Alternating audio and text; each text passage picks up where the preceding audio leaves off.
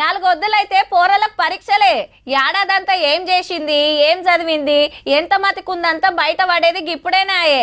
పరీక్షలు మంచిగా రాస్తే మంచి మార్కులు, ఏదో రాసినమా అన్నట్టు రాస్తే పాస్ మార్కులు, పూరగా లాపర్వా చేస్తే ఫెయిలే. సేమ్ గిదే ఫాలో అయినరు ఆంధ్ర గవర్నమెంట్లా. మంత్రులకు ర్యాంకులు ఇచ్చిండుల్లో సీఎం చంద్రన్న.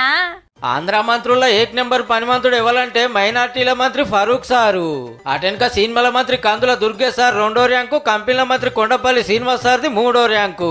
మేం కాదుల్లో ఏ మంత్రి పనిలో రువ్వడు చూపిస్తున్నాడు, ఎవరు లాపర్వ చేస్తున్నారు, ఎవరు తన ఫైళ్లు పెండింగ్లు ఉన్నాయో చూసి ఖుద్దు ముఖ్యమంత్రి చంద్రబాబు సారే మార్కులేసి ర్యాంకులు ఇచ్చిండు. ఇంతకు సార్ ఎంత ర్యాంక్ ఇచ్చుకుండో అంటారా? అద్భుతంగా పనిచేస్తున్న 6వ లీడరు. స్పీచ్లలో జోరు చూపించే చిన్న సీఎం పవన్ కళ్యాణ్ సార్కి ఇచ్చింది 10వ ర్యాంకు. ఇక ఐటీ మంత్రి లోకేష్ అన్న 8వ జాగాలు ఉన్నాడు. మొత్తం 25 మంది మంత్రులల్లా. పనులు చేసుట్ల తాంబేలతోటి పోటీ పడుతున్న లేబర్ మంత్రి సుభాష్ సారు ఆఖర్లు ఉన్నాడు. పదవులకెక్కిన 8 నెలలకు ఏ మంత్రి పంతనం ఎట్లున్నదో పబ్లిక్ కు చెప్పిండు అన్నట్టు. అట్లనే ఎమ్మెల్యేలకిన ర్యాంకులు ఇస్తారటూల్లో. ఇక జగనన్న పంతనం ఎట్లున్నదంటే ప్రధాన ప్రతిపక్షం హోదా ఇస్తేనే అసెంబ్లీకి వస్తా అని జిజ్జు చేస్తాడు. కానీ వైసీపీకి 11 మంది ఎమ్మెల్యేలే ఉండిరి. రూల్స్ ప్రకారం 18 ఉండాలి.